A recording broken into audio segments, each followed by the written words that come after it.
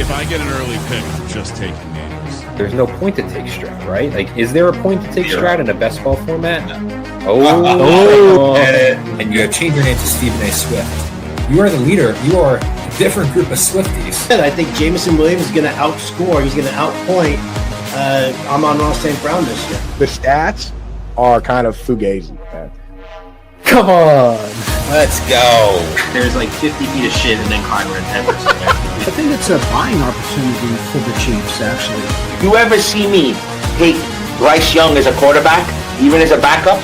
Smack me when you see me in Vegas. I'm all about Devontae Adams. They're hurting their own team. You could just turn around later and take, Jaden Daniels and Terry McLaurin.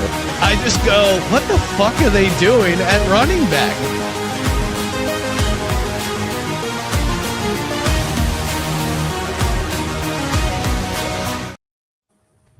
Welcome in, ladies and gentlemen. Our first FFPC Main Event Live Draft coverage. I'm your host, Aidan Liquorie. Joining me, as always, the three Goombas we comprise. Dave Terpoilli, Jake Venuti. Jake just stole A.J. Brown from Terp's favorite team, the Eagles, so we will be discussing that. But most importantly, fantasy points, lead fantasy analyst, diehard Knicks fan.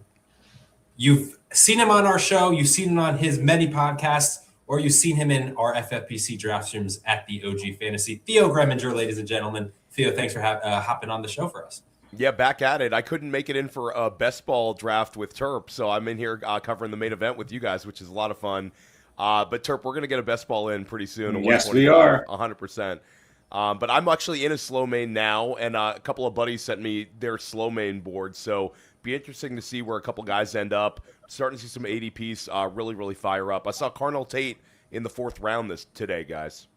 Yeah, hype's real. Yeah. Hype is real. Terp, you had a post, and we'll get into it. You posted this week or maybe even late last week about the consensus guys getting just steamed up the boards. And as you said, this happens every year. There's always like that group of 10 to 12 that everyone loves, and not all of them are going to pay off. And we'll kind of walk through maybe some of those names. Theo, I want to dive right into this first round, if you don't mind. Jackson Smith and Jigba falls to the 108. This is tied for the lowest he's been in an FFPC main event draft over the last month. JSN stock has been dipping a little bit. He's starting to pretty consistently, fall behind the likes of CMC, Brock Bowers. We're seeing Genty rise. Part of the result of that is JSN falling. What do you make of last year's wide receiver 1 falling to the 108? In more and more drafts. I think people are a little bit worried about the offensive coordinator change, but I think fade JSN sort of at your own risk. He's so locked in. I think people are going to find reasons to sort of push him down, and I understand it, but the 108 is fine. I think also it's a reflection that the gap between Bowers and McBride, I think, probably gets a little bit larger by the time we get to Vegas. I think that people are getting a little bit frightened about the Trey McBride situation. Could there be regression for him, not only in the touchdown department, but with the lack of quarterback clarity? Brissett not there right now.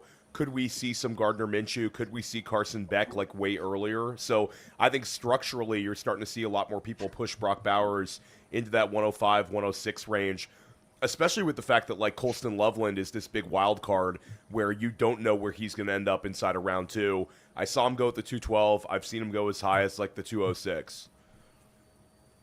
Jake, I got to ask you, going back to the start of the round, I feel like we always talk, some of these mid-range guys because that's where the movement is.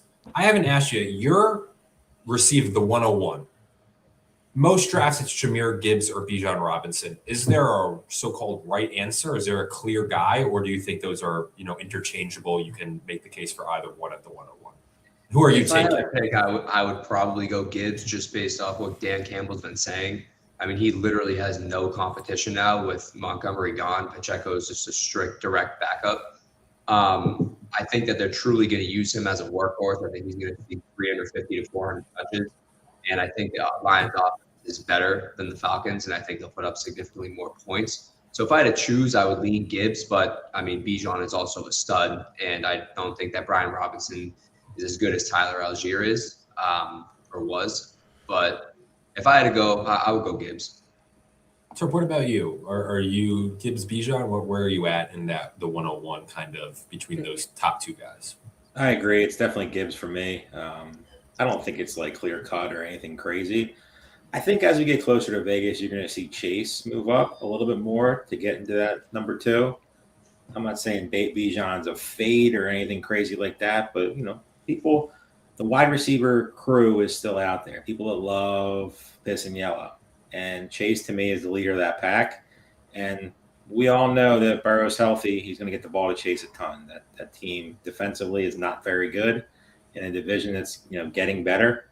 So to me, it's Gibbs if I'm picking one, but I think Robinson and Chase are interchangeable at the 2 slot.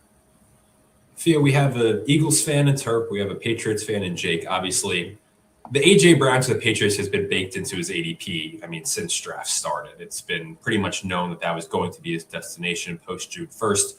It's still, despite that, in this draft, we see him get about a half-round ADP boost following the trade to New England. Obviously, he's been doing a bunch of interviews. He really wants to be in New England, paired with Drake May. Just give us your thoughts. Obviously, again, it's been known that he's going there, but now that it is official, where are you at on A.J. Brown in New England? Motivated. Hopefully it's a destination that, the attitude's a little better and he's going to be the guy that force feeding the ball to. What are your thoughts on A.J. Brown in 2026? I'm pretty bullish on A.J. Brown, and I've heard sort of like the bear takes. I know that Scott Barrett and I were bumping heads a little bit on A.J. Brown on a podcast recently, but I think where he just went tonight is about where he'll end up in August. I think that the touchdown upside in this offense is immense, and I think that they have a real plan for him. Josh McDaniels compared him to Rob Gronkowski, and I think that was sort of a little bit telling. And then you look at sort of what a 30-year-old, he's not quite 30, but a late 20s wide receiver could do with Josh McDaniels. We saw it with Devontae Adams in Vegas over there and had that massive season. And I get they're different, but I think that there's a big commitment from New England to lean into him. I think he's going to get a ton of red zone looks and has a chance to have a really, really strong season. I was hoping to get 3rd-round exposure, but I think there's going to be a lot of sharp money pushing A.J. Brown into this range.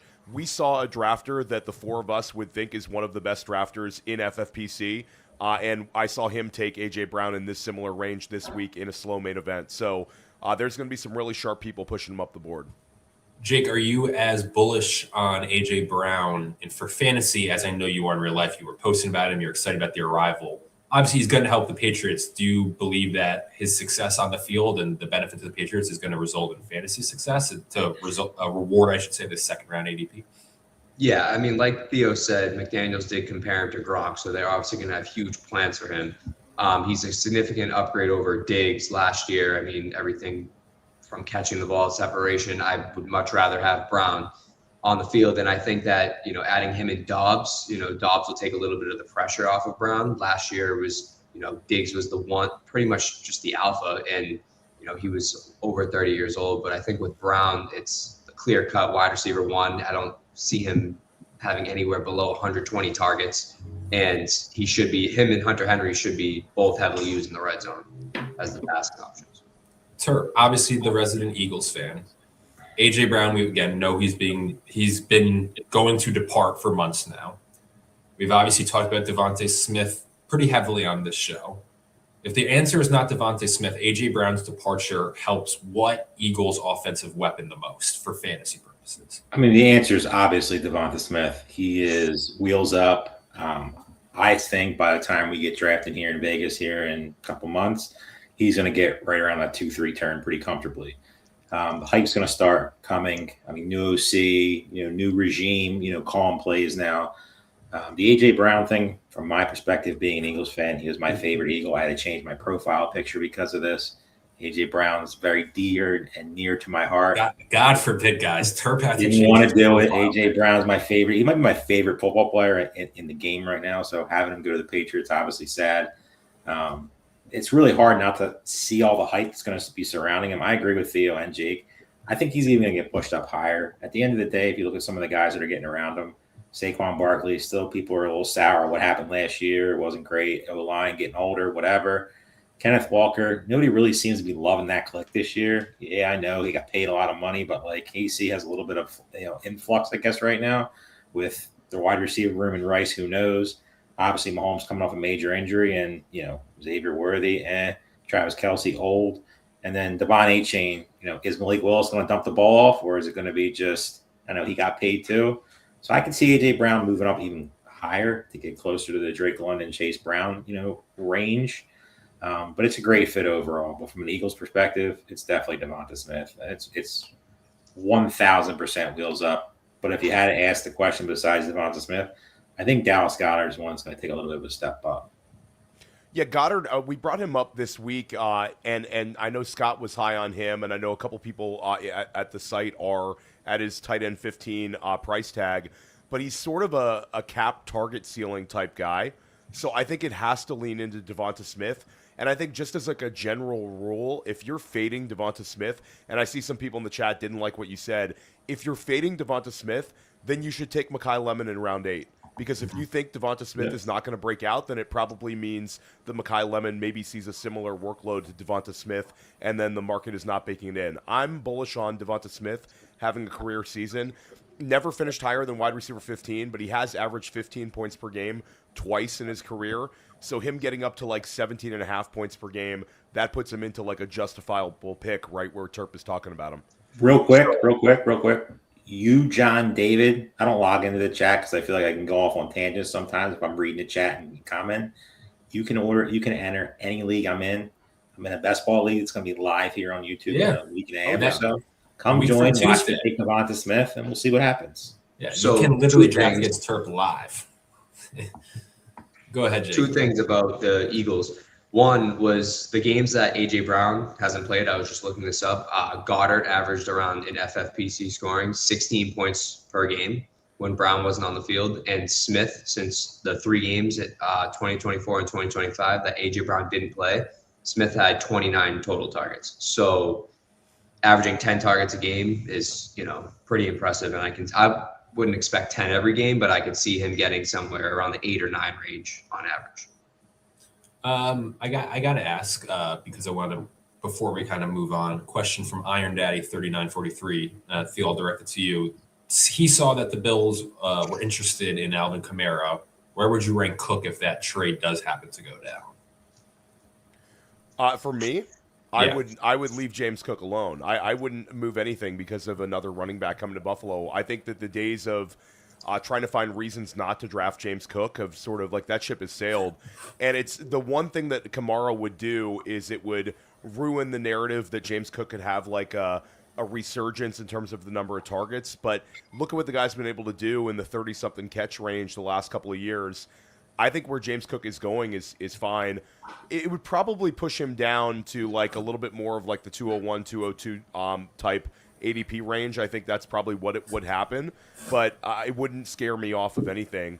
I think Kamara could still be a useful pass catcher there to an extent, and it still wouldn't change anything with James Cook. James Cook is so good in the rushing yards department, in the touchdowns department. The guy is so explosive and in such a great spot in that offense. Right, and also Cook had 40 targets last year. If they get Kamara, what's he going to go down to 30? Like he's still going to get his targets. And I mean, if that does happen, I would gladly buy the dip on James Cook because I'm sure you'll see him fall to the mid-second. Yeah, I don't know about mid-sec. I mean, maybe you're right, Jake. I wouldn't. I've seen James Cook go in like that 202, 203 range. You see it sometimes in FFPC, sometimes on Underdog.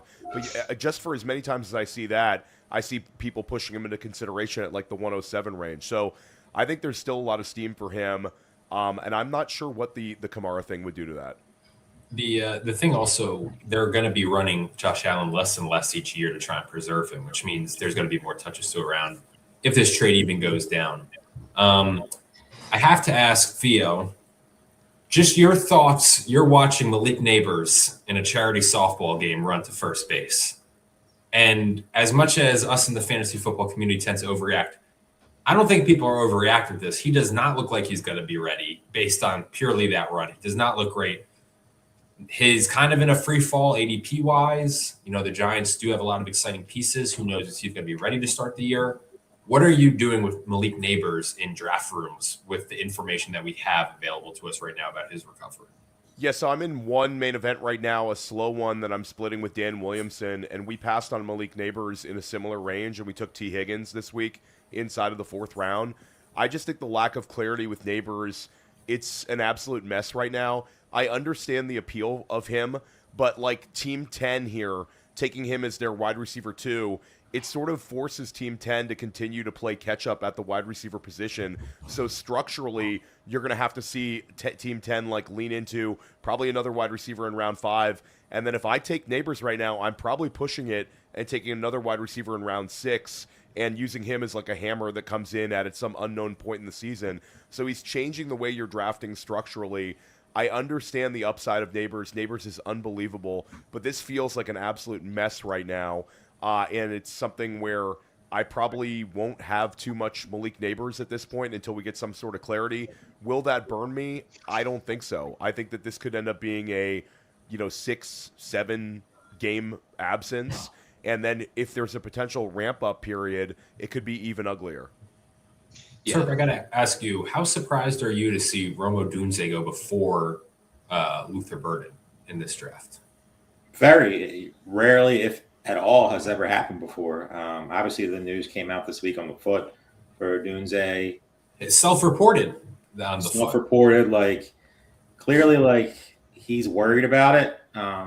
Why would you say it if you weren't? I know he says, "Oh, it's a new norm" and all this cool stuff, but like, I'm worried about it. Yeah, I know that Rome Odunze was somebody that I'm definitely drafting a lot of early on, but I'm a little more worried now, and I'm definitely worried about in this range right here. You're telling me I have to take him in the fourth round capital over his own teammate in Burden, and then let's just say the next 4 guys that get drafted after him. Yeah, that's not for me. It's a little too rich for my blood.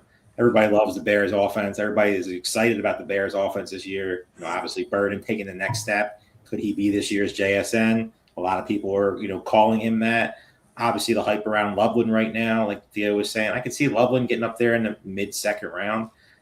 Especially if there's a little bit of more questions that are surrounding Odunze, because they really don't got anybody else. It could be a Burden Loveland show, and if that is true, and Odunze is good but not paying off his capital, it could definitely be tricky for the Bears because everybody's hyping them up as this year's top offense, especially obviously with Ben Johnson, Caleb Williams taking the next step. So we'll see, but it's definitely Luther Burden. I saw a tweet the other day, forget who put it out there, but it's Burden over Odunze 100 times out of 100 for me. So if you're drafting Rome Odunze and Burden in the 4th round, in your mind or anyone's mind, you're drafting him to be the second target on the team, obviously. Yep. Right? So Theo, I was listening to your podcast with Graham Barfield the other day, and I heard him mention that down the stretch, Loveland was seeing 30% of the first reads from Caleb Williams. Off snap or whatever. Mm-hmm. And then if you look at his last 2 games, he had Loveland had 10 targets and 13 targets. And I think that, this year Loveland's going to take it's obviously baked into his draft position, but he's going to take a huge step forward and, potentially push for tight end 2 and maybe even tight end 1 with that talent. You just really never know. Yeah, I mean, Loveland's an absolute monster. And I think his upside is just so high. I think that the Burden versus Odunze debate will go on throughout the summer, but I think it's eventually going to be a little bit of a gap between Burden and Odunze. The stuff we learned about the foot this week, it might not be a massive delta by the time we get to Vegas, but I think it'll be big enough. Maybe, Terp, what do we think about a round between the two of them by the time? I think so, if not more. And we talk about the hype guys. I think Burden can start getting steamed up here soon. I think eventually he's going to get up there in the 3rd round. I'd say a round's probably safe. I mean, underdog, he's been going I've seen him go to the 3-4 turn a few times. Yeah, he's getting pushed up an underdog. I think a lot of the underdog is people really trying to build that Bears correlation. But yeah, I agree with you. I think Burden's going to move up a little bit here. I predict that Rome Odunze will be the number 3 target on the team, and it's really hard to justify taking a number 3 target in this range. I could be completely wrong, and I think we're sort of split as a staff. Graham and I are very high on Burden. Brett Whitefield and Scott Barrett are very high on Rome Odunze at his cost. Maybe not in the 4th round, but a little bit lower. I think they'd both be into him. So here's a question for you, Theo, and I'm pretty sure I know your answer, but I'll ask it anyway.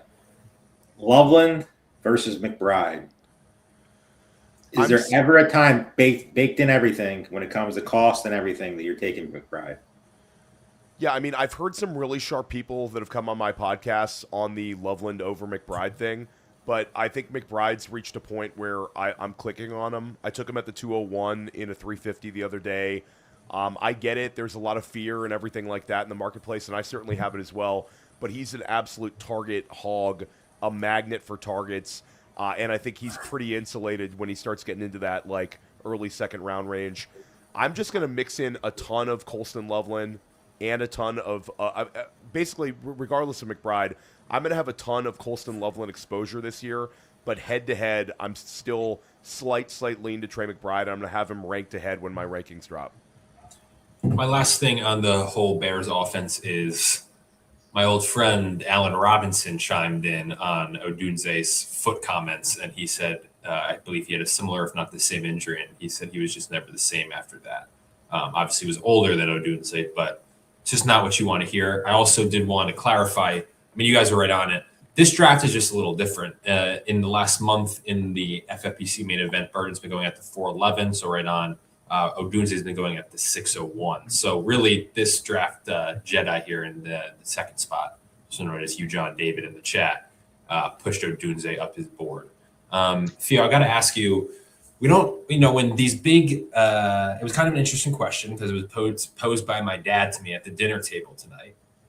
He was over and he was asking about the Myles Garrett trade if we were going to talk about it. And I was like, no, I mean, there's no real fantasy impact. But I'm like, well, this is silly because everything has an impact on fantasy in some way or the other. So when you see Myles Garrett get traded to the Rams and, that's already added to a defense that has been much improved this offseason, a Super Bowl favorite, obviously, it's not maybe a deep analysis, but it's going to have some impact on the Rams offense, whether it be, are they running the ball more because they're up?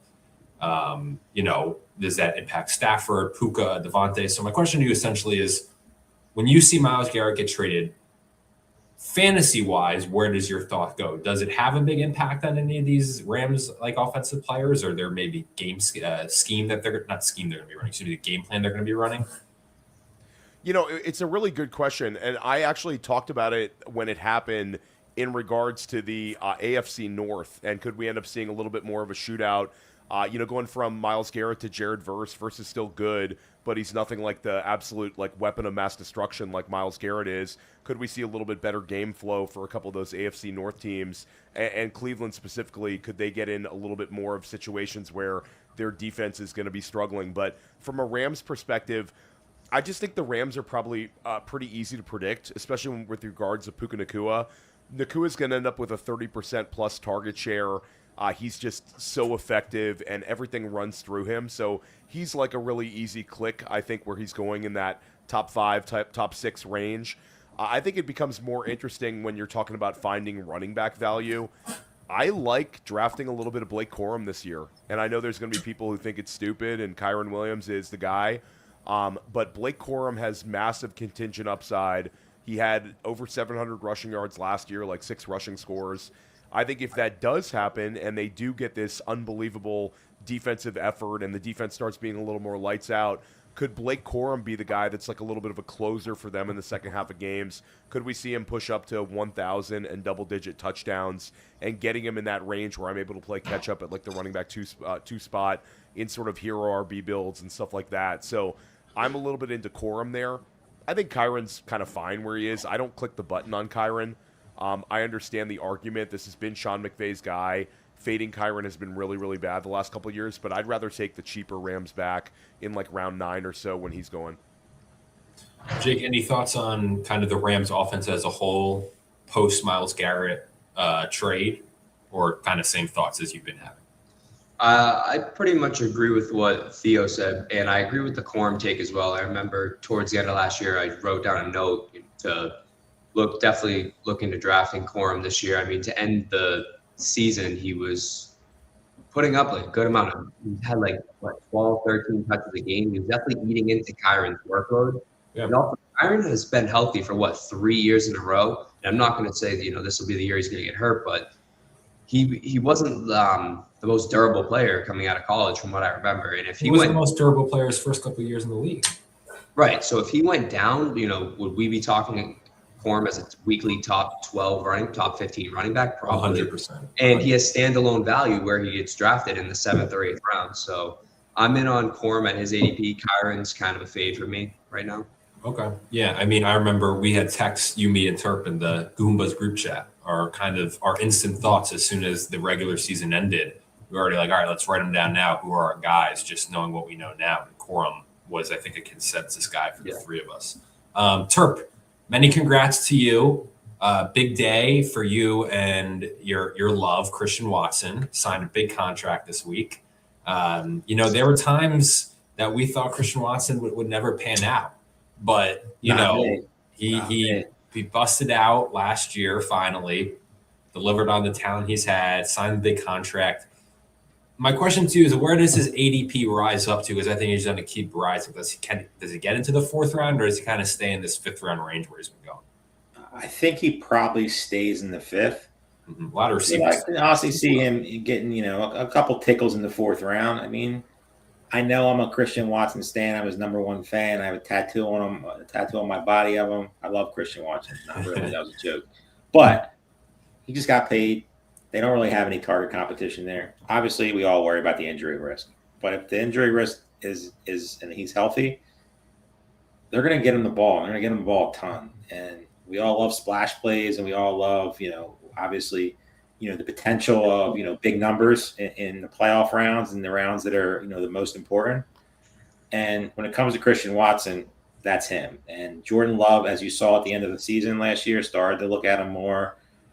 Matthew Golden's a big question mark right now. Tucker Kraft, I know people are hyping on him, and everybody's on Tucker Kraft this year, but it's still a big question coming off the injury. And then Jaden Reed, he obviously got paid too. Has been a little inconsistent. There's a lot of unknown with this wide receiving core, but to me, that's a time to capitalize. You got all these guys being drafted right now, and honestly, I'm taking them all. There's obviously Christian Watson's my favorite. He's a guy that I'll be highly owned on. He'll be my number one probably owned player as much as I can get him. I put out a tweet, I think it was a month and a half ago. You better get him now because he's going to get more expensive. It's because of me.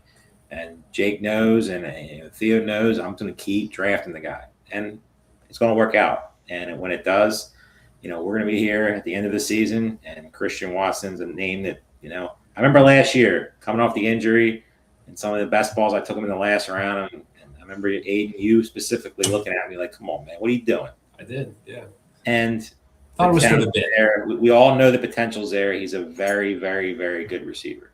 Inconsistent, yes. Injury risk, yes, but we don't play this game for second place. We're going for big numbers, and to me, Christian Watson in the range where he's going in right now, I love him. And Team 9, I know loves him too. And also, it's a great spot when you're looking at Agbuka, obviously Tyler Warren, Chase Brown, and St. Brown. That's a team that I really, really like so far. So I could talk about Christian Watson for hours. I got to cut you off. But Theo wants to talk about Christian Watson. No, I mean Dan Williamson and I took Christian Watson at the 506 in the main event we're putting together right now. I understand all the upside arguments for Watson, and I'm leaning into it. I think he's going to end up going alongside like the DJ Moores, the Jalen Waddles, and sort of right around Jamison Williams. You're chasing an upside pick with him. I think he's a player that people are viewing as like a hammer at like their wide receiver 3 or flex. And Watson, if he stays fully healthy, could just end up having like the season that we've all sort of thought that he could have put together after that rookie year. And the Packers just gave him the bag. And I think they gave him the bag because they believe in him. And it's also a team, when we look at Green Bay, the way that their seasons have ended the last 2 years, where they lose in like really a terrible close game to their rivals, the Bears. The year before that, they get woodshedded by the Eagles on the way to the Eagles Super Bowl. And it's like, do they have to have a little bit of self-scouting in the building, lean a little bit more into using Jordan Love and get this passing game going? I also think that they're going to be way more consolidated with like the wide receiver snaps, whereas in previous years it's been like really annoying usage where you're seeing a bunch of guys mix in. I think it's going to be a ton of Christian Watson, a lot of Matthew Golden, and a lot of Jaden Reed, and I think those are the 3 wide receivers, and Watson won't leave the field. Those guys, along with Tucker Kraft, I think they could be a little bit better as a passing offense than maybe we've seen in the last 2 years. So speaking of Tucker Kraft and speaking of Team 9, who Terp mentioned, Jake, I got to ask you, obviously Fantasy Sopranos is pretty much in every live stream draft we do. They're a volume drafter, so they change up the builds a lot. But we see here in this draft, They've gone 3 tight ends. This is off, I believe I saw on Twitter, they had a purple Sasquatch, as Fantasy Mojo dubs it, where I think they went 4 tight ends in like the first 5, or maybe 4 tight ends to start. They go 3 tight ends in the first 7. They go Tyler Warren, Tucker Kraft, and Isaiah Likely. Jake, what do you think of their build so far? Well, as Terp knows, I'm a big Tyler Warren fan. I mean, all reports in camp so far are great OTAs. Last year, he was tight end 1 before Daniel Jones went down. Michael Pittman's gone. I think that Warren's in for a huge year. He's not even my dark horse tight end 1, but I would not be surprised if he finished the year as tight end 1. Kraft, I also like. I think that he'll probably be second in targets on Green Bay. I think Green Bay is going to turn more into a passing team this year. Like Theo said, I think the targets are consolidated down into Watson, Golden, and Reed at receiver, and Kraft at tight end. No more Wicks or Dobbs. And then I actually wanted to ask Theo, what is your opinion this year on Isaiah Likely?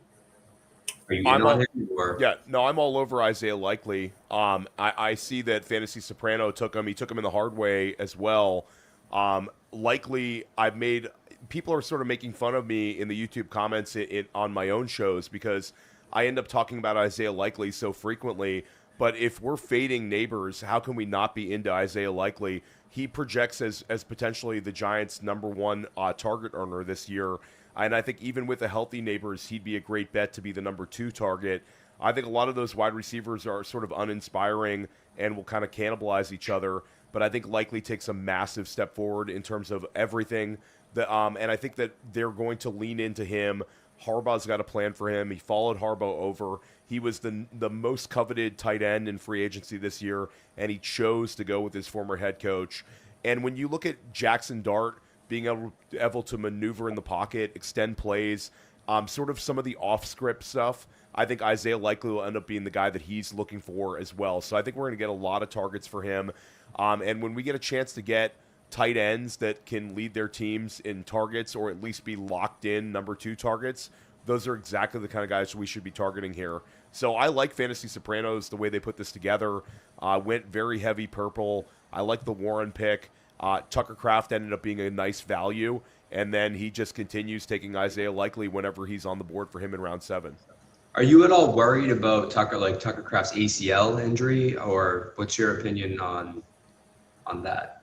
I mean, Tucker Kraft, there's a little bit of risk there, but I think that the upside argument would be that if we do get positivity on the injury front in August and maybe late July, I think the ADP will move up. If Tucker Kraft never got injured last year, where would we be taking him? He took this massive step forward. He's a yak monster. He showed the ability to single-handedly win FFPC matchups with the spike week ability.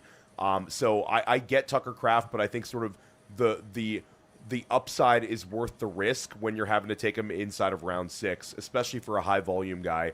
And yeah, I'm seeing a bunch of people saying, I shout out to Nicky Banks. Yeah, I've been all over Likely. That's my guy. I will say, to answer your what might have been a hypothetical question, if Tucker Kraft doesn't tear his ACL, I think he's going right in that 207 to 210 range.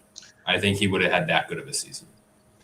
Yeah, I mean, maybe you're right on that. I think it certainly would have been kind of closer to Loveland, and it would have been a little bit more of an argument. So Tucker Kraft's a monster, and I think that LaFleur really, really likes him. It's just a matter of health. And can he maintain that same explosiveness coming off of an injury? We assume he will. But tight end's also interesting because you have Sam Laporta with some injury stuff hanging over his head. George Kittle, obviously, like San Francisco's saying how healthy the guy is. I think they're lying to our faces. So there's a couple guys in that range where, Tucker Kraft versus some of those guys, it's not like they're so much safer picks. Mm-hmm. I will say with Kittle, Achilles recoveries are tough because even when now I base it a lot right on NBA because they've become unfortunately more and more prevalent in the NBA. But the guy, like for every Kevin Durant who takes years, even him, the health is never the same because it's just so much weaker and hard to recover. But like we saw with Jason Tatum, came back, looked really good, but then his body just kind of break down. That's more where Kittle, even if he's coming back week 1, which is crazy under the timeline that it would be under. Well, I don't trust him, let alone he really hasn't stayed healthy for much of his career, unfortunately. He's kind of constantly banged up, but let alone coming off an Achilles, that's a whole other story. But on one other positive with Kraft is, that injury happened relatively earlier in the season. It wasn't a late season injury. Jake, I got to ask you a question from the chat. Let me try and get who it was. It was Sam Watts saying, do you guys like Pitts this year? So I'm going to give this one to Jake. What are your thoughts on Kyle Pitts, who finally delivered for the first time after his rookie season last year? I mean, I am in on Pitts this year. I think he'll be second. It's tough with Bijan there, but I think that him and Bijan will probably be similar in targets. I think Pitts will probably beat him by 10 or 15. But where he's getting drafted, he's not going to hurt you. I mean, in the 7, he's going 6, 7, 8. Some other underdog 8th round, 9th round. I don't think he's going to hurt you. You're not paying that 1st, 2nd, 3rd round you were a couple of years ago. I definitely think he's one of those players that you don't want to miss out on. And if you do miss out on him, he could hurt you because he has the upside. But, I mean, I'm in on him. I mean, he proved at the end of last year. I don't think they're just going to go away from him. I think the passing game is going to run through London and Pitts, and then hopefully Zachariah Branch emerges eventually. But, I mean, I think he's just a hard guy to pass up, especially where you can get him. Yeah, I mean, and I should clarify, this is actually the latest he's gone in a main event draft over the last month, the 609. The latest previously was 605. So he's been going more the 5th, 6th round, then the 6th, 7th round where he kind of started. So he's the guy who's definitely getting pushed up boards more and more. It's also dependent, I'm sure, on the kind of if the tight end run goes earlier or later. Terp, I got to ask you about a name, a guy that I don't know I expect to get some preseason hype, but maybe is based on his comments about how healthy he's feeling. Brian Thomas came out, just said he never felt right last year. He finally feels good. He took the offseason to really focus on getting his body right. We see now in this draft, he goes ahead of Parker Washington, which we haven't been seeing in our previous live streams. We've obviously talked about the Jaguars receiving core before. With Brian Thomas coming out and saying, obviously, we always talk about coach speak. There's also player speak. He's not going to come out and be like Romo Dunze, who's the exception, to say I'm not right. Most players are going to say they feel really good, but are you buying that maybe he wasn't right all last year and we could be in for a post-hype sleeper third-year rebound for Brian Thomas? Yes, but there's still questions that, surround him. Obviously, last year he's saying he was, banged up, injured, all that good stuff. He's saying he's healthy now. He can run without any pain. We love hearing that stuff. We all saw what he did in his rookie year, and every single one of us in this room, made money off that because we were all on Brian Thomas early on. Last year, he got hyped up all the way up into the 1st round and was a complete and utter disaster. We lost money. Some people in this room lost money on Brian Thomas. Correct. I'll raise my hand. Jake did not. I forced Jake to take him in our Serious X. I was fading him. I was fading Thomas until the end, and people convinced me into him. But he did all the work in 2024 with Mac Jones. And Mac Jones everyone wanted Thomas over St. Brown. Why? St. Brown proves year and year again that he just is a baller. Well, we don't need to talk about last year. I'm just saying it'll be we different. Don't need this you year, to victory lap your good take. It'll be different. I mean, he's got you're getting him in where do you go? The 6th round. That's a good wide receiver 32, and the dude is super talented. The upside's still there. Obviously, the offense is an offense that we all want to target. The one question about the offense is in best ball, we would love to take all those guys, but in redraft, I say all the time, you have to click a button. You got to get excited about clicking the button. It's a lot more difficult in that Jags offense because you got Washington, you got Thomas, you got Myers, you got Strange, you got Tootin, all those guys. Especially the receiving core, it's a little more tricky to actually click the button. I'm a Parker Washington guy. I'm still going to be drafting plenty of Brian Thomas, Jacoby Myers, probably not that much. I think those two present the highest ceiling, and that's obviously what we're looking at. But I feel like the floor on, Parker Washington's a little bit more safer than it is Brian Thomas. Obviously, you've seen a lot of positive. It just flips every week. Early on, all we talked about for a week was Parker Washington. Now we're talking about Brian Thomas, and it's going to keep flipping throughout the summer. You're going to see these guys keep flipping each other in rounds. I like both of them. I have no issues taking Brian Thomas. The upside's there, the talent's there, the offense is there. Hopefully him and Lawrence figure it out, and if they do, you could be looking at a first, second round talent that we paid last year in the 6th round. So I'm always going to buy the talent. If you're asking me Brian Thomas versus Alec Pierce, I'm taking Brian Thomas all the time. James there's- Williams. Yeah, I think there's an argument that Parker Washington and Brian Thomas Jr. could both end up being good picks this year, considering you're getting them in the 6th and 7th round. They'll probably both have ADPs that converge by the end of August. If I had to predict, they'd both be in the 6th round. But you see a lot of times you get to those drafts where it's like you get one of them at like the 609, and then maybe one of them comes back to you almost in the 7th round. So I think there's a chance that they could both be really strong weekly plays in Jacksonville. I don't think we'll see the ceiling case for BTJ like we did. We're not searching for those rookie year numbers, but I think there's a chance that he rebounds really, really nicely and gives you top 15 wide receiver numbers. All right, I got some questions stacking up in the chat that I want to get to. I'm going to start, Theo, with you from PAAG8593. How are you feeling about Bucky Irving and Basil Tootin this year? Yeah, I've been a huge fade on Bucky Irving. We're starting to see him fall.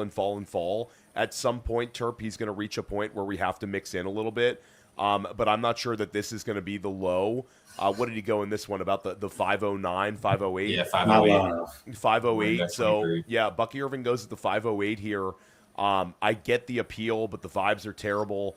I like the idea of Kenneth Gainwell. Kenneth Gainwell also is going to maybe reach a point, Terp, where he stops being a value if he starts. He's getting close. He went in the 4th round of my Gorilla draft last night. That's 4th round.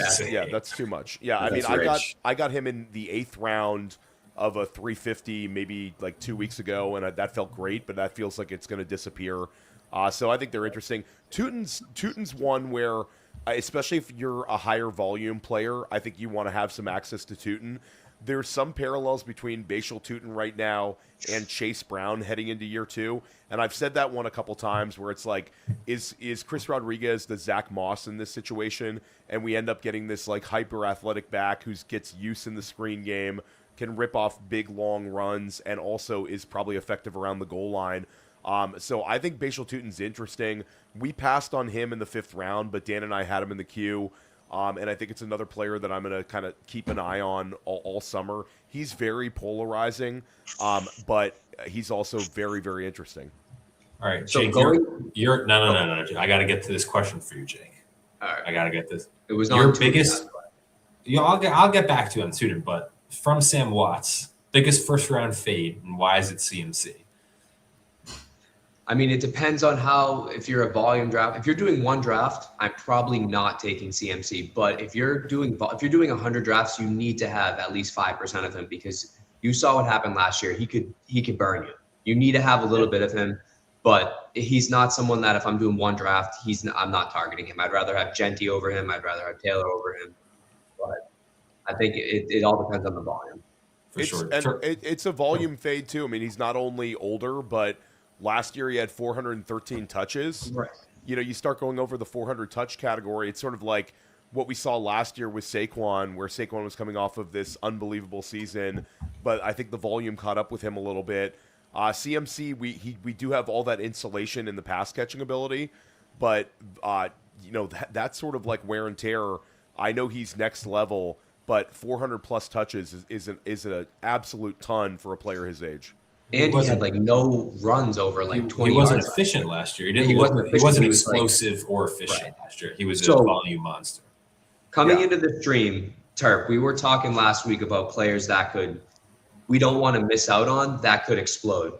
And I think that Tootin was one of them, because I think that there is that chance that he could have 300 plus touches, but everyone's scared to make that click because of Chris Rodriguez. But as you've seen in those Liam Cohen offenses, the RB1s will get work. Bucky Irving got it in 2024. ETN got it in 2025. So I think that Tootin's an interesting one, because if he hits, he's going to hit. If he doesn't, obviously it could be a mess. And where he's being drafted, it's you're not spending a ton to get him. So I'm not the biggest Tootin fan, but everything that Jake said is pretty much spot on. If we're going to be a volume Waddle, because no one knows what's going to happen there. Just three of us, you got to protect yourself, because if you're wrong on a take and you get Tootin wrong, or you get Waddle wrong, or there's probably some other guys like Jadarian Price who I'm out on. If you get those guys wrong, it's going to put you behind the 8 ball if you're a big volume drafter like we are. And so it always goes back to and preface it for those watching, because a lot of people watching aren't. when you guys discuss these things, you guys are volume drafters. So you need exposure because you can't be making the same build, same players over and over again. It's going to burn you some years. Some years it may be rewarded, but it's just not how you do it when you are a volume drafter. Obviously, if you're only doing a couple of these, you have to go with your guys. There's no other way to do it. You can't spread out your exposure in that case. Terp, the question for you that I wanted to get to from our guy Sean Green was, where are you ranking Jackson Dart this year? I like Jackson Dart. The Malik Neighbors thing clouds Jackson Dart a little bit because if you're telling me Neighbors is 100% with likely, obviously, my boy Darnell Mooney, it's wheels up with, Scatterboo being healthy, obviously Tracy, being around. They, OBJ, the corpse of him just came out of thing. I like Dart. Am I drafting a ton of Dart with the guys that are around him? No. The ceiling to me is just a little bit limited when it comes to guys that are getting drafted around him, like Jalen Hurts, Justin Herbert, Caleb Williams, Trevor Lawrence, Dak Prescott. To me, they all have higher ceilings, and they're a little bit safer, I guess you could say. Will I have some Dart? Yes. Is he a priority? No. I mean, 11th round of this draft feels like the thing about this year is I thought it was going to be way higher. QBs last year. I did 3 gorilla drafts last week. One of them I took Lamar Jackson in the 5th or 6th round, paired him with Flowers, who I took earlier.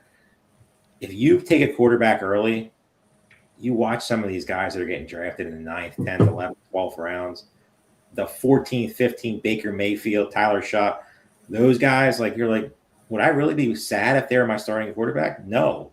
And you could build some monsters, depth, tight end, stacking up receivers, running backs, everything. And if you could figure out the quarterback position, which we see every year, look at the teams who made big runs last year. Who'd they have a quarterback? Trevor Lawrence? Where was Trevor Lawrence drafted last year? QB. Nowhere. 18-24. So as much as you want to have exposure to Josh Allen and you want to have exposure to Lamar Jackson, it really makes a ton of sense to wait on QB this year because all these guys, you could make a case that they could easily be top 3 to 5 at the position. It's going to be really interesting to see where the Josh Allen team's advance rate in both the main event and Big Gorilla. You don't want to have 0 if you're a volume drafter of Josh Allen because we all know he'll kill you. But you can't help but wonder if it's just going to be lower because he's pretty consistently, going about a round and a half, 2 rounds ahead of QB2 at minimum, let alone it's just so hard to click that Josh 11, Allen 12. Versus Dude, where are you at on Josh Allen at that 4th round ADP in comparison to the rest of the quarterbacks? I mean, I'm open-minded to Josh Allen. I think the way you should treat Josh Allen is if you don't see an edge where you're picking and Josh Allen is on the board, you can lean into Josh Allen because he's a proven edge. So if you don't like the wide receivers, running backs, and Allen falls a little bit. But I think I do agree with Terp. I think that the 7th round, a lot of in this draft we see Drake May, Jaden Daniels both go in round 6. But a lot of times you're seeing where it's Jaden Daniels, Drake May, Joe Burrow, all just sitting there inside of round 7, and then somebody falls into round 8. You can build a really fun team that way. And I think a lot of those 9th and 10th round quarterbacks look really good. In terms of Jackson Dart, I've drafted a lot of Jackson Dart in best ball. In these managed FFPC leagues, though, I'm open-minded to him in the 10th, 11th round on 2 quarterback builds. The rushing upside is immense. And even when there's a lack of pass-catching weapons no Neighbors there, could there be a little bit more of New York leaning into him with some of the designed quarterback runs, the threat of Jackson Dart around the goal line? He had 9 rushing scores in 12 games last year. And they add Francis Maui-Noah at guard this year. Malachi Fields maybe at the slot as a big blocking slot wide receiver. And then they add Pat Ricard at fullback. So I think this is going to be a really effective run game, and I think a lot of it will be Jackson Dart. So I get it, but Jackson Dart, I think the rushing upside is still there. Jake, I want to ask you, not a sexy backfield in the slightest, but when you're looking in round 10, you're looking at potential league winners or guys who can just win you weeks. Are one of the Minnesota running backs, Aaron Jones, Jordan Mason, or maybe it's Damon Claiborne, the explosive rookie out of Wake Forest, is the Minnesota backfield going to provide any fantasy fruit this year, or is that just a fantasy wasteland? The only running back I'm drafting in redraft is, Claiborne late. I like him as a flyer, but I feel like he's one of those guys that you're going to draft and drop him after week 3 or 4 because he's getting you 0 points. But it probably is Aaron Jones because he's still going to catch passes. Jordan Mason, he'll be a good handcuff, but when it comes to backfields like that, it's like Rashad White and JCM. I want White. I want the guy that's catching passes, especially in PPR leagues. You want the, targets are worth more than rushes, in my opinion. So you want the guy that's catching passes. So I'm, if I need a running back, I'll draft Jones, but I'm not crazy about him. Theo, and again, not necessarily the most fun backfield to discuss, but is there something to be said that one of these Minnesota running backs we're going to look back on as, that wasn't a sexy pick, but it was a value pick, or no? Are they going to eat into each other's respective shares? Yeah, I think it's going to be one of those really, really annoying backfields, and I think if you're going to draft one, and maybe you need to search for a little bit of early season production, like you got stuck at RB2, maybe using a little Aaron Jones early. I agree he'll catch some passes out of the backfield, but he's such a low upside pick. Jordan Mason has had back-to-back seasons with like over 700 rushing yards. I think there's like a revisionist history with Mason when you start looking at like some of the efficiency metrics and people say, Mason, we could see a pathway here, but he's another kind of capped upside guy. Damon Claiborne's interesting. And I think if he gets there, there's a little bit of like maybe some parallels to like what we saw with like Keaton Mitchell's rookie year. Mm-hmm. But again, it's probably a backfield that you want to avoid. And if you're going to take like a shot, make sure it's really, really late, like one of those guys sliding or a shot on Claiborne in like round 18. Claiborne's really explosive. I think KOC could have fun with that if he makes it there. Yeah. I mean, it's still a small, it's a really like low risk bet, but it's still probably a very low outcome. We all love Damon Claiborne. I think he's the kind of player that fantasy managers gravitate towards. But again, I think it's probably more likely going to be a lot of Aaron Jones and a lot of Jordan Mason and probably kind of an ugly split for fantasy. Terp, question for you from Jedi. You, John David. Per concept, isn't Quentin Johnson the same exact player as Christian Watson?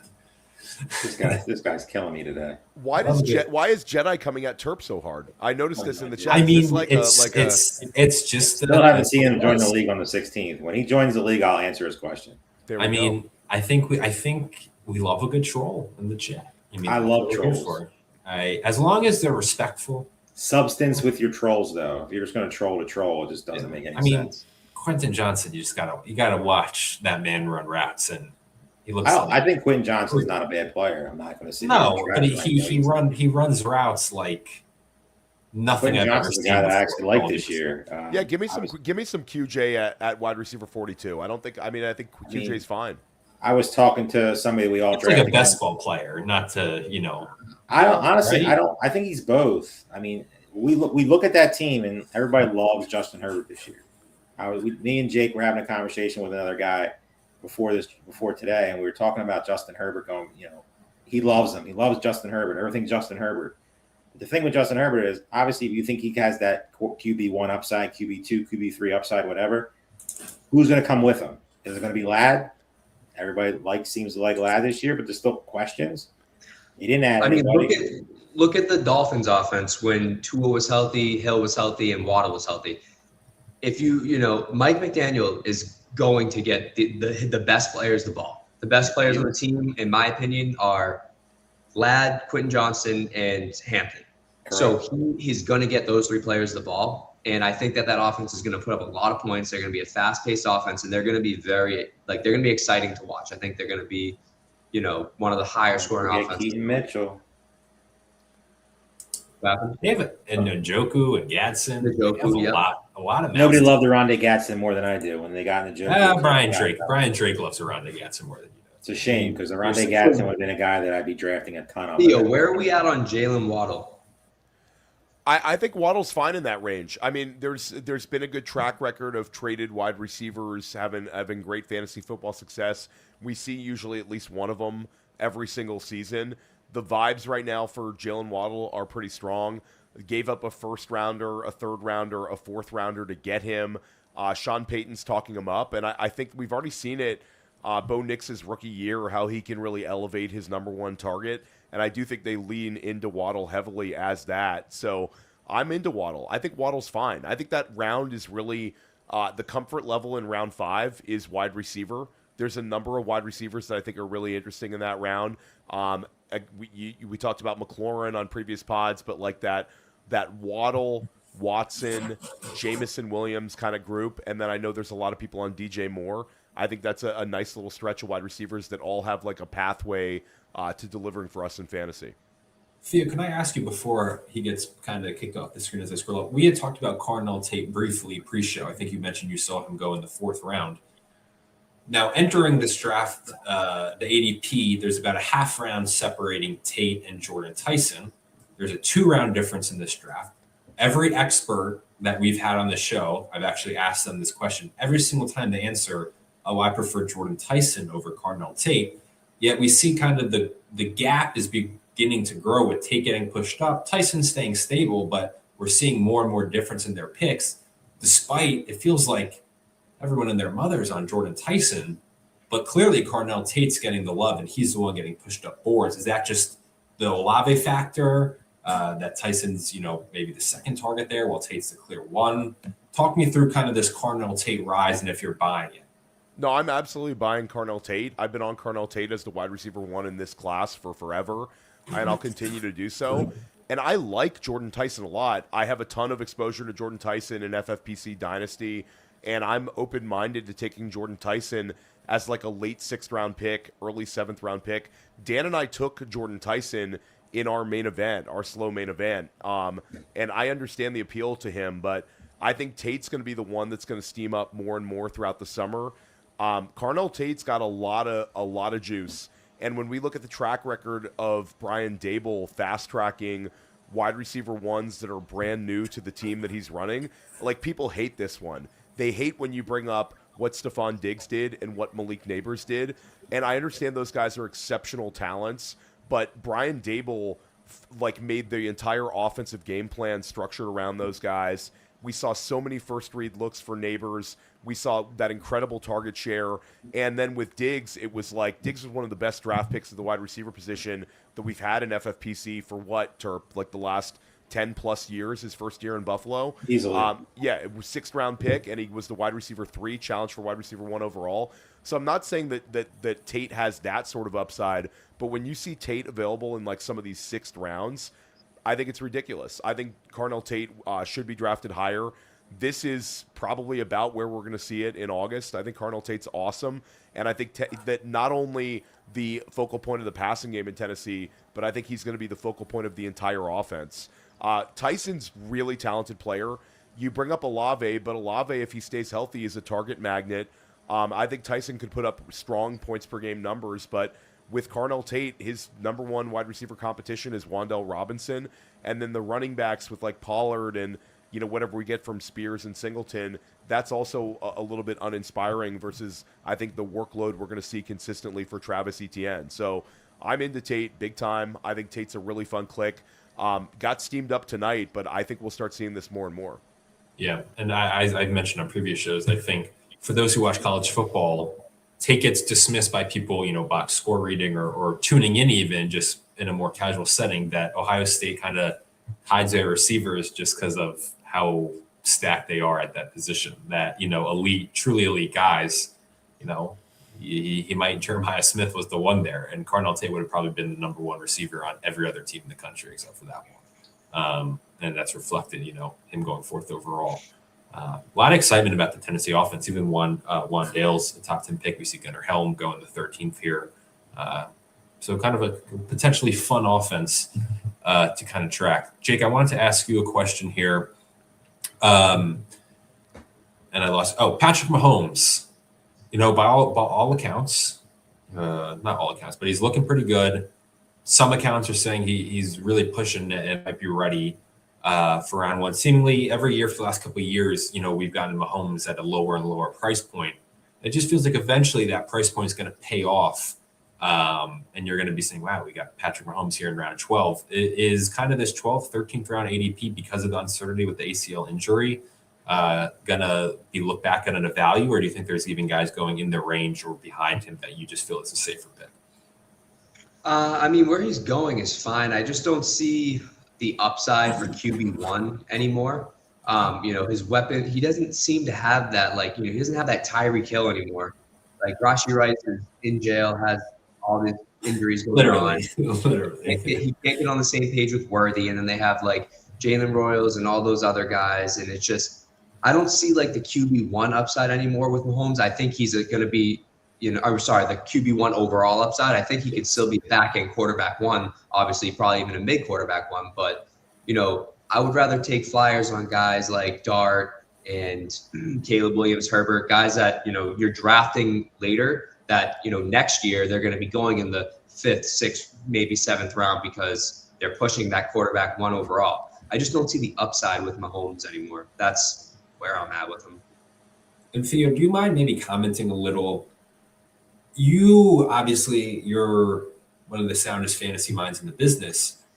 The Chiefs' offense, just to my more casual eye, seems to have gone stale. I don't know the X's and O's behind that. I can't. But it just seems as though Andy Reid's offense, it's not humming like it used to, which is another factor to consider beyond just Mahomes. I mean, is it the line that's gotten weaker? Is it his, they don't have the weapons they used to? Just something about that offense doesn't resemble the Chiefs' offense. They've kind of over the last couple of years have become more reliant on, winning these low-scoring, grinded-out games. Yeah, I mean, I think that Mahomes has been one where in seasons where he was getting faded, he's delivered.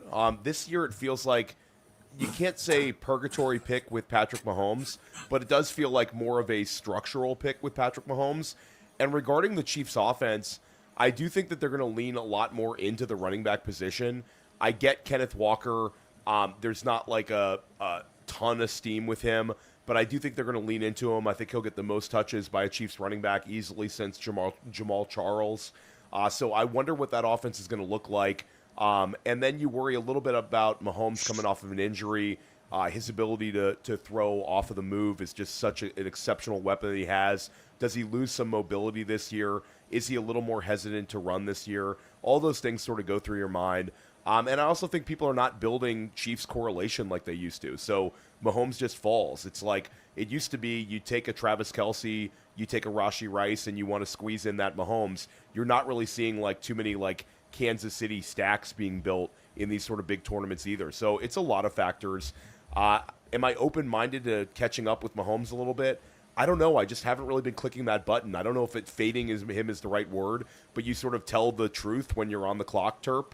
And I just haven't been clicking Mahomes nearly as much in like FFPC best balls or on Underdog. Terp, I realized what question I was going to ask Jake, and I'm going to direct it to you. And Jake, then I want to hear from you. You guys kind of mentioned you were discussion about Waddle as a guy you don't want to miss out. Does that mean, obviously, the price point, this draft wide receiver 39 at the 805? So, you can't really sit here and say you're fading. But if you're all in on Waddle, do you think Bo Nix can support fantasy relevant? So you're off Cortland Sutton. I mean, Jake is a little bit higher on Waddle than I am, but I agree with everything he's saying. Everything's been positive about Waddle in the offseason. They obviously paid a premium to get him. There's a lot of questions to me in Denver. I think Denver, gets a lot of hype with a lot of people, but Bo Nix coming off a major injury. Who the heck knows what the running back room is going to look like? They got a ton of guys at receiver. Obviously, Waddle and Sutton are the top two. They don't have a tight end that we're even going to mention. I think Evan Ingram's dead. They got Pat Bryant. They got Tony Franklin. They got Marvin Mims. They got a bunch of guys. So they're going to spread the ball around. We all know Sean Payton. I'm very outspoken about him. He's terrible for fantasy football. What is it? If I had to say right now, gun to your head on June 7th, besides Jalen Waddle, who you drafted from the Denver Broncos, I don't know if anybody could really say any excitement on anybody. J.K. Dobbins. J.K. Dobbins? Yeah, J.K. Dobbins for the 8 healthy weeks he's going to get. R.J. Harvey, we all want that to be the case, but we all know it's not going to be. Yeah, I think RJ Harvey could end up being interesting when he starts to fall because I think the pass catching upside that he has in that backfield is pretty strong. I get the reasons to be completely out on RJ Harvey and dive into J.K. Dobbins. Terp, you bring up a lot of really good points, but again, we haven't really seen this since Bo Nix's rookie year, where what he could do when he's really honing in on a number one target. And does an older Cortland Sutton or guys like Pat Bryant and Troy Franklin push you off of Jalen Waddle? I think this could be like a different kind of thing. and I think Denver might really lean into their number one a little bit more than maybe some of the projections have them. Like, we're projecting over at Fantasy Points, I just pulled up our projections, and our guy Chris Wecht is excellent. He was like the best in the business last year. He's got Jalen Waddle at like wide receiver 30, averaging like a little more than 12 PPR points per game. I feel like it's a little light. I feel like that's probably a little bit more of a floor projection. I think Waddle could have a pretty strong year this year. So I think I'm open-minded to him. He's definitely, I feel like, a safer pick. Maybe lacks a little bit of some of the upside of some of those wide receivers that we mentioned a little bit earlier. But I'm into Waddle. I think structurally he makes a lot of sense. Jake, I got to ask you, because you kind of took that CMC question. You kind of discussed the risk. But I know, as Theo, many guests say, but I know Theo said it before, it's like, if you're fading CMC, who is that benefiting? Kalen Black goes, who is kind of, maybe should be going higher, but let's say you're in the chat, as many people were saying, no, I'm not drafting CMC. Well, then someone in that San Francisco backfield is going to benefit from that and be successful, as we've seen, the Shanahan kind of plug and play running back. So who is that guy for you? Obviously, Garendo's hurt. They, reached on Kalen Black, but there's, we just had John Hanson on the show, and John Hanson was singing Kalen Black's praises and was stunned that he wasn't invited to Combine. So where are you at on maybe some benefactors if CMC does go down or struggles this year? I'm going to read between the lines here and go with Kalen Black. I mean, Shanahan came out and said that he had him ranked as, the second overall running back in the draft class.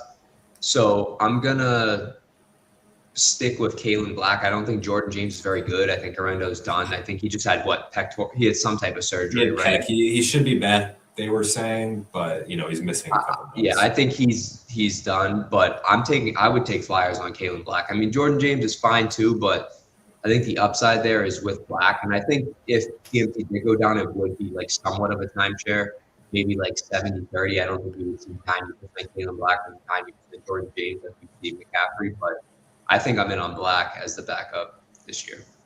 Yeah, I think we downgrade the entire offense, though. And I think it's probably Kalen Black, but would he end up getting some sort of a Jordan Mason early 2024 type outcome? I don't think so. I think we'd have to, we would really be downgrading everything in San Francisco, and I think they'd have to lean a little bit more into their receivers if McCaffrey went down, especially considering just how busy he was last year in the passing game. Terp, I got to ask you back to kind of Team 9. I know we were talking about them, but, they went tight end early. They went receiver early. Now they're hammering running backs. They've gone Keaton Mitchell, Tyler Algier, Sean Tucker, Katron Allen, and Braylon Allen. Obviously, I believe their running back 2 is Rachaad White. Correct. Chase Brown, their RB1. How have they done? How do you think they've done filling out that running back room? I mean, they're doing the right strategy. We always talk about if you're going to go early receiver, tight end, you just got to hammer running backs and just try and get a couple hits late. The guys they've taken, how do you think they've done? Very well. And when you start the way they did, obviously taking Tyler Warren early, Caleb Williams in the 9th round, obviously to start with the receivers and the running back with Chase Brown, we talked about mixing in Rachaad White, adding Josh Downs a little bit later. You're going to have a little bit of question in the running back room, your RB2. Obviously, Chase Brown's your stud. You're banking everything on him. The good thing about this draft is you're drafting by him. And a bunch of these guys, this is how I like drafting personally. And why I say that is because you get the receivers out of the way early, you get the tight end, you get the quarterback, and then you just keep hitting these handcuffs. The Keaton Mitchells of the world, who everybody knows I love. Tyler Algier has outs. Obviously, if Jeremiah Love doesn't, pan out. Sean Tucker, we don't know what's going on with Bucky Irving. Allen, total wild card right now in Washington right now with White and Krosky Merritt. I like both those Penn State running backs. And then Braylon Allen, who last year me and Theo, I know we were on him, got hyped up, and then obviously the whole team was a disaster. He got hurt, big zero. But this is exactly how I like drafting, and I recommend drafting because, in a managed league, you don't got to click this button every week. You're just waiting for one of these guys to either the guy ahead of him get hurt or emerge, and you're setting yourself up for a clear RB2 on a team that's already stacked at other positions instead of taking flyers on receivers who are never going to hit your lineup. You look at some of the receivers getting drafted, Romeo Dobbs, Omar Cooper, Antonio Williams, Debo Samuel, Jalen Coker. All right, let's not group Antonio Williams in that. That's one of my guys. Are you really gonna be excited about clicking that button every week? I'd rather wait for one of these running backs to be really good. Injury happen.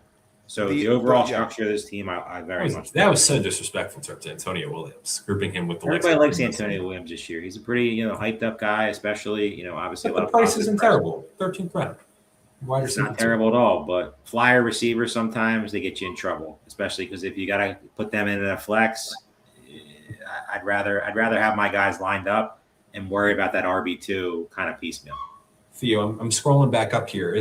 So we talked about T9. Is there any other teams that you're really liking their build? I can try and get even fitting more picks in, but I gotta have the first 14 rounds here. Any other teams?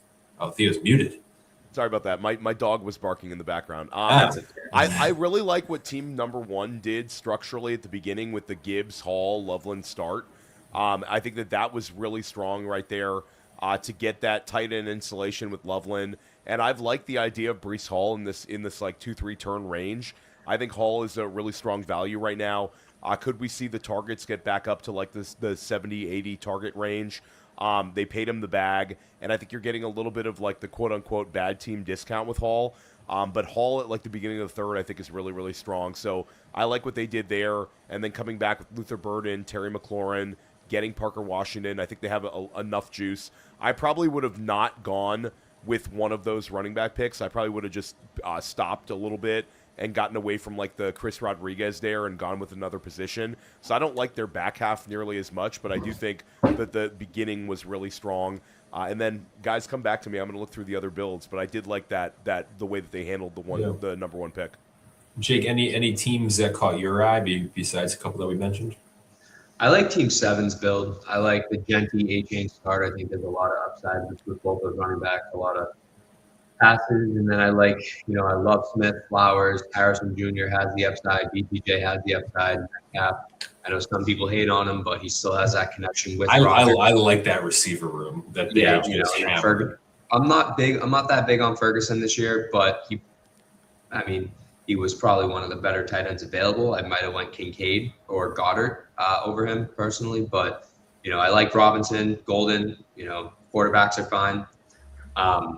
So I'm into Team 7. I did like Team 1 too. I love Burden and McLaurin. I love that 4-5 turn, but I would say 1 and 7 are my favorite right now. This is a question that doesn't come up on the show often, but we're going to bring it up here because sure. It's not something we like talking about. Kickers. Where do you stand on Brandon Aubrey? It's become an interesting question. It's become pop. This year is like the first year we talk about it with consistency because everyone has a different take, but it's a reasonable question with where he's going. It's like the biggest gap between kicker 1 and kicker 2 that we've seen in quite some time. And could it still provide an edge? I think the one of the appeals for Brandon Aubrey, if you're a high volume guy, Terp, is you don't ever have to ever switch your kicker. You just set it and forget it for the whole year, which is lovely for a lot of us. Yeah, it's one of the appeal for taking a set it and forget it defense. And having a very strong kicker is you never have to worry about him, and it's one less team that you have to do waivers for. So I get that one. Aubrey's just so locked in. Is he going to end up justifying like this much of a gap between him and kicker 2? Not sure, but again, there's like a complete lack of clarity as to who kicker 2 should be. So I get it a little bit. And back to what Jake was saying, I like that team as well. With the Genty HN build, I think that was really good. And it's interesting, they're really leaning into it in a tournament setting, like a lot of fragility in terms of the number of running backs they're drafting, really pushing the chips in, basically handcuffing both of their backs with Mike Washington and also Jalen Wright, and then pretty much ignoring running back. So they're fragile at running back in terms of the number of running backs. They're also extremely fragile at tight end. The only thing I probably would have done differently, Terp, that I think I would have maybe liked this draft a little bit more is I've already gone wide receiver for so many rounds in a row. Like Wan'Dale Robinson feels like more like a structural pick at wide receiver rather than an edge, where I could have gone with a tight end there and just pushed one in there so I get my tight end 2 behind Ferguson. I might have liked that outcome a little bit better. You get Matthew Golden in round 10 anyway, so you continue to hit wide receiver, but get just a little bit more tight end is the only thing I would really change. Yeah, tight end's clearly the weakness there when it comes down to it. I mean, the running back build is risky because if something does happen to A-Chain or obviously Genty, you could be putting yourself in a big hurdle with no clear. But if something happens to Genty or. But are you sure it's going to be Mike Washington? Are you sure it's going to be Jalen Wright? But if something happens to one of those two, this team is done regardless, though. That's the whole point. It's like the whole, I think that if they went Kyle Monangai, Pollard, or Corum over Ferguson, I would like it a lot better. But I just don't see much of a difference between Ferguson, Kincaid, Goddard, even someone like Chig or Hunter Henry.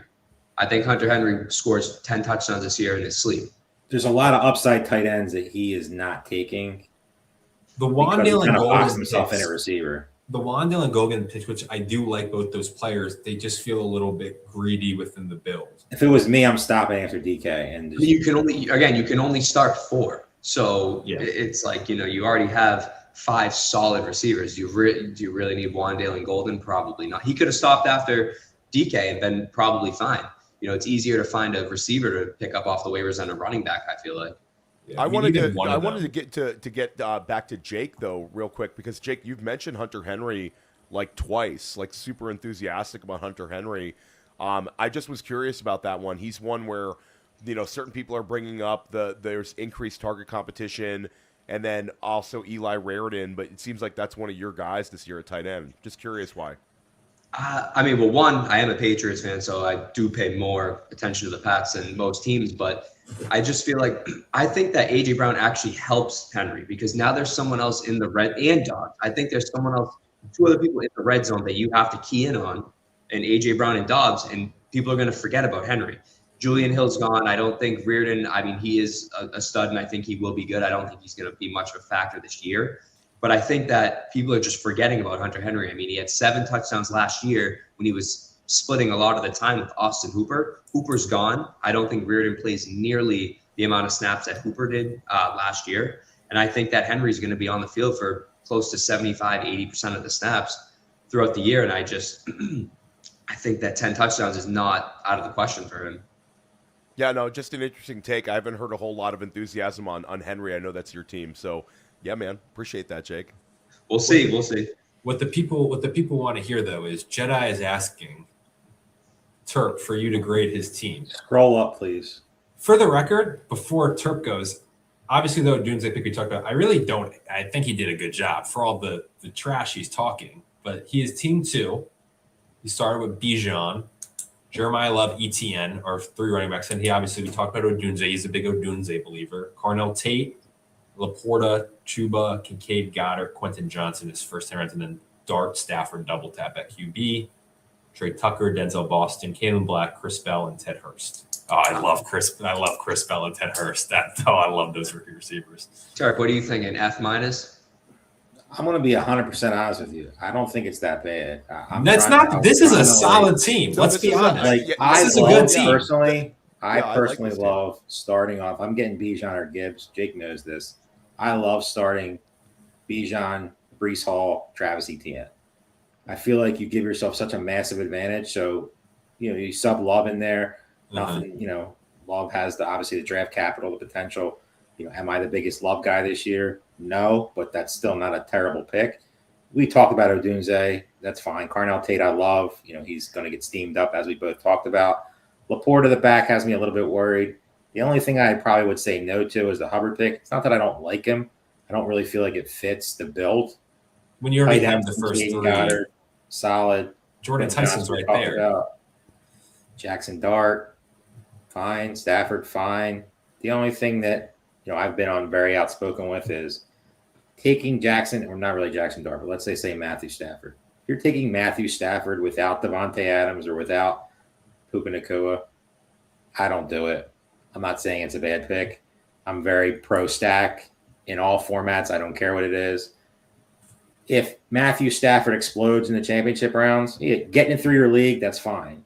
But if Matthew Stafford goes nuts, which we've seen, and Puka has that 30, 40-point game that we've seen, you want them both.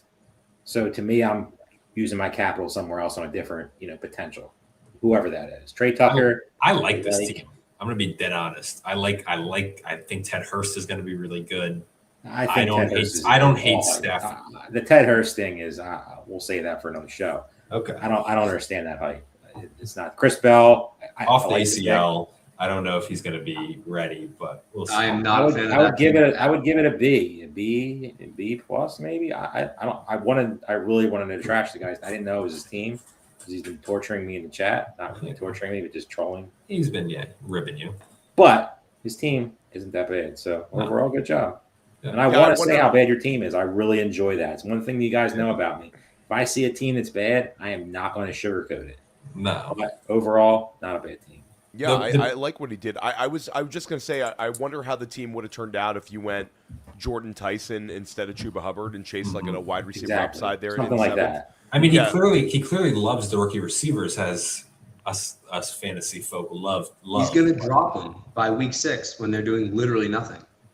Ted Hurst in best ball, though, guys, is really fun. He's going to have. I agree with that, but there's I don't see a path for Ted Hurst with Godwin healthy, Egbuka healthy, McMillan healthy.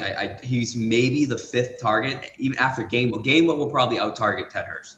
But best ball, I think Ted Hurst is a wasted pick and off. Ted Hurst is the Mike Evans replacement. OBJ, wasted OBJ, in best ball. Wasted in best ball terp. Wasted in best ball terp. That's no, I mean Ted Hurst's profile is like that extra receiver, and they don't have that right now. Yeah. So is he really playing over McMillan? Is he really going to play over Evans. Godwin, Egbuka, like Johnson? I don't see it. Terp, I feel like if you're fading Hurst to that level where he's like a do not draft in any format. I wouldn't say he's a do not draft, but at this hyped up cost, then you should be on McMillan every draft because I think like one of the two of them is going to have some spike weeks.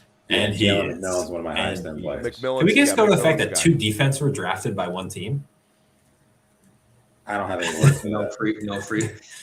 Not even the free look defense. Some people, I see people. I listen to some analysts that they pair the defenses like based on matchups. So like when I do my defenses, I write out the first 3 weeks for each defense, and then I know if I were to take 2, I know that this person plays the Jets week 1, that this person's home against Minnesota week 2. I try to, because when it comes to the end, defenses and kickers, people hate them. They do matter. Like if your defense and your kicker are averaging you 10 points each, all points matter. And people say they don't. Blah blah blah. You look at the advantage last year with Brandon Aubrey, and I don't know why we're talking about kickers. When you missed out on the playoffs by 7 points. How many people, like percentage wise, do you think believe that Brandon Aubrey was the number 1 kicker in fantasy last year? He wasn't. Jason Myers was.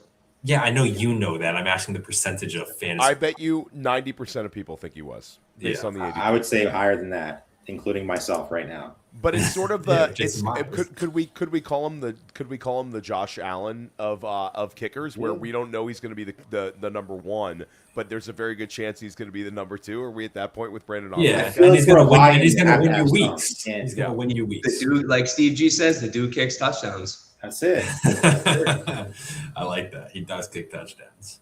One thing I wanted to bring up about Josh Allen was people he's not like he isn't, some people don't like to go tight ends early. Some people don't like to go quarterbacks early, but especially in the FFPC format where it's a short and regular season, Josh Allen puts up, like last year, he put up 3 games over 35 points, which in a 4-point passing touchdown league is very good. You're 90%, 95% of the time you're winning that week just off of Josh Allen.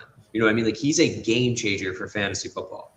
So I think that getting the most likely the overall score in fantasy in the 4th round, you just got to have some of them. Some people hate to make that click based on the structure of your team, but I just feel like you have to have. I can make the job, and I'm no way downgrading Josh Allen in any way. He's the number 1 quarterback for me, and I don't think it's close. But taking him in the 3rd round to me is rich. If he gets to that middle of the 4th round, and you're going, depending on how you started, apples to apples, I can easily make that click. Especially like you said in this type of format where you got to get to the shootout first. Right. We all talk about these guys are shootout guys and this schedule this and this matchup that, but I'm really excited to have a Josh Allen for 3 weeks at the end of the season. But like you said, 3 35-point games.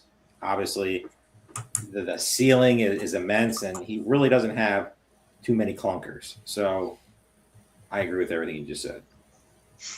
Theo, I wanted to ask, this is obviously me bouncing back, but we're in round 20, but you had mentioned DJ Moore, and just on now that Josh Allen popped up, you had mentioned there was kind of a debate within fantasy points, I think, about DJ Moore versus some other guys in that range. I think it was Waddle.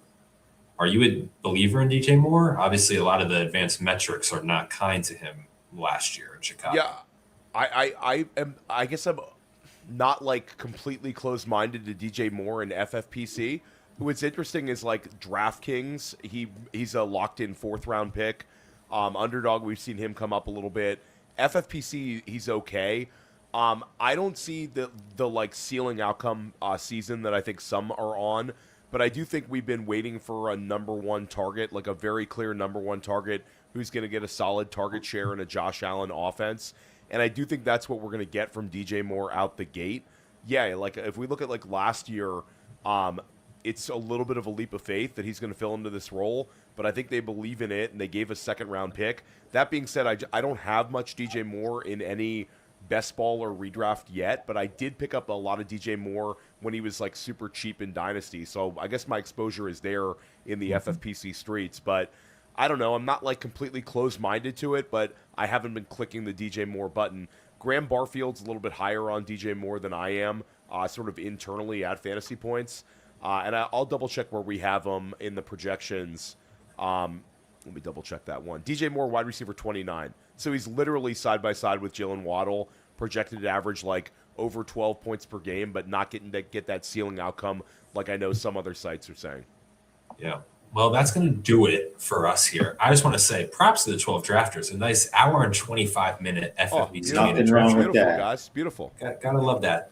Theo, thank you as always for joining us. But before you go, please tell the people where they can listen, read your writing, because you're all over the place. Now I'm reading you The Athletic, on Fantasy Points, listen to your podcast. Please tell the people where we can find you. Yeah, you can find everything over at Fantasy Points. If you're watching this on the YouTube stream, go over to Fantasy Points YouTube, hit the subscribe button. I'm dropping shows every single day. We're doing a lot of coverage for high stakes, almost all FFPC. We've done some FFPC drafts. I know I'm going to cover some of them. I'm in a main now. I'll do a main event show. I'm doing that one with Dan Williamson. So, like, if you're FFPC, we're covering it at Fantasy Points, plus a lot of other stuff over there. So, yeah, go over to Fantasy Points YouTube. And then a podcast side, Fantasy Football Daily is the one that drops most frequently. Dynasty Life's my Dynasty show. We cover FFPC stuff there. And then A School of Scott with Scott Barrett. I'm everywhere. Guys. But you can also find me over at Fantasy Points. Theo, those podcasts I listen to, those are free. And the guests you have on them are some like sharp players. Yeah, so, I mean, I listen to most of them, and I would highly recommend that if you're in the high stakes world, you take a look at those. Yeah, we don't waste your time. These are podcasts that'll help you. There's no fluff, and we have skin in the game, so it's for the FFPC listener. Yeah, I mean, we talk about with all the experts we have on. All those experts have skin in the game. You know, we're not bringing these guys who just kind of talk the talk but don't walk the walk. We like having the experts who, you know, they're talking and sharing about what they're doing in their own draft rooms in the main event, in FFPC Dynasty leagues, in the big gorilla and the baby gorilla. So, you know, and speaking of drafting in the event itself, as we had mentioned, I know we got a couple of signups just during the show. June 16th, 9:30 p.m. Eastern time, our next live stream will just be a Goombuzz stream. Terp is drafting live in the best ball tournament against all the people yapping against him in the chat room. Put your money where your mouth is. $125 entry, $400,000 grand prize. Terp against 11 other drafters. With that 6-figure grand prize on the line. Again, June 16th, 9:30 p.m. That's going to do it, though, for tonight. Again, thank you to the 12 drafters going for that $1 million grand prize in the main event. Theo, thank you again for hopping on. For myself, Aidan Liquorie, Dave Terpoilli, Jake Venuti. We'll see you guys on June 16th. Later.